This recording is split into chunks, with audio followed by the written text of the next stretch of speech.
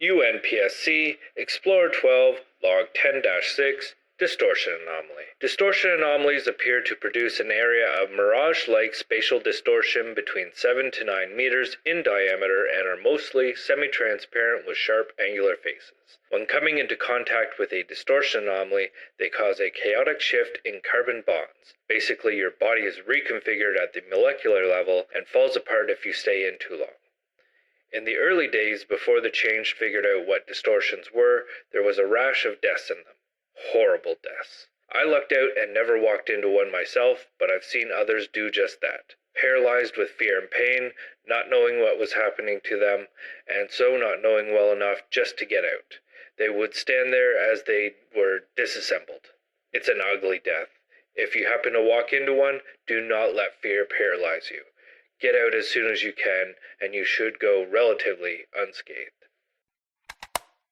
UNPSC Explorer 12 Log 10-7 Reflector Anomaly. The reflector anomaly appears to be a transparent pulsing dome, 7 to 9 meters in diameter.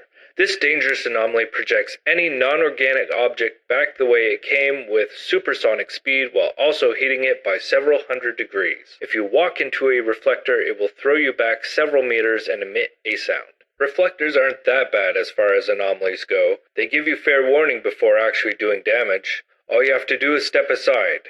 If you get hit by the beams, though, you and your equipment may sustain considerable damage.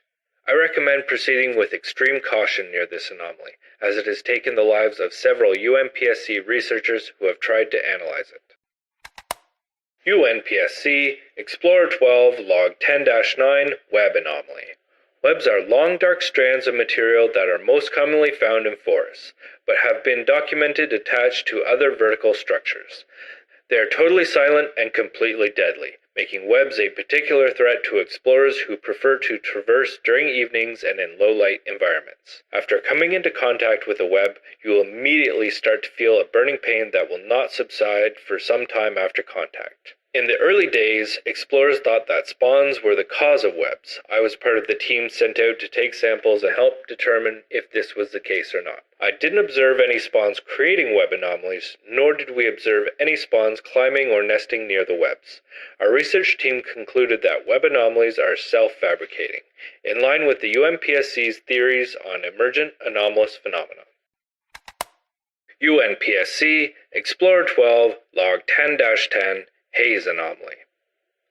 The Haze anomaly appears to be a green floating cloud of highly toxic gas, which never disperses and always moves within a set pattern. The anomaly's effects are similar to that of dichloroethyl sulfide, chemical burns, respiratory system bleeding, and begin immediately after inhalation or contact with the skin. The UNPSC offers specially designed gas masks to protect against the haze, though there never seems to be enough gas masks to go around. Early on, some treasure hunters and other thrill-seekers used to sneak in the zone wearing what they believed to be protective gear, but ordinary masks were no match for the haze, and it got them as often as anything else. I still see those flayed corpses in my dreams. UNPSC Explorer 12 Log 10-12 Stomper Anomaly. The Stomper is controversial. Explorers and researchers have reported hearing but not seeing a giant invisible creature lurking around the radius, identified only by the sounds of heavy rhythmic stepping. An explorer I know claims that he was killed by the Stomper once, and that it was one of his most confusing deaths. He heard something nearby that sounded kind of like thunder, but couldn't see anything unusual. Being a brave fool, he decided to locate the source of the sound and move towards it. And then bam! It was like a tsunami came down on him out of nowhere. He only had time to think, a fly beneath a fly swatter, and then he was dead. To be clear, there are no documented cases of its effects. Reports have varied from those who believe it will crush anything with 100 tons of weight. Other theories include that it only damages equipment or that it can't affect anything at all. Other chains have also claimed that they've encountered the Stomper, heard the sound and tried to investigate it, or just didn't get out of the way fast enough. But when it struck, it was more like a hot, dry wind that damaged their equipment but didn't hurt them. I don't know who to believe since I've never experienced the Stomper myself, though I think I've heard its heavy rhythmic stomping. Either way, it's best to listen carefully as you run around the zone. UNPSC, Explorer 12, Log 10-11, Shock Anomaly. The telltale signs of a shock anomaly are the loud, cracking electrical noises it produces. This anomaly is particularly dangerous because it is completely invisible until triggered. The shock discharges a massive electrical charge into anyone or anything that gets too close to it. I should add that the effects of the shock anomaly aren't always fatal. Sometimes it's just a little shock therapy, as some explorers call it, usually adding that this therapy has yet to make anyone feel any better. UNPSC, Explorer 12, Log 10-8, Sigil Anomaly.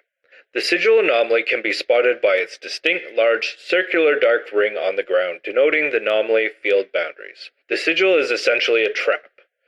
When you walk into one, your movement is slowed, and the anomaly itself emits a high-pitched sound that attracts any radius entities within earshot.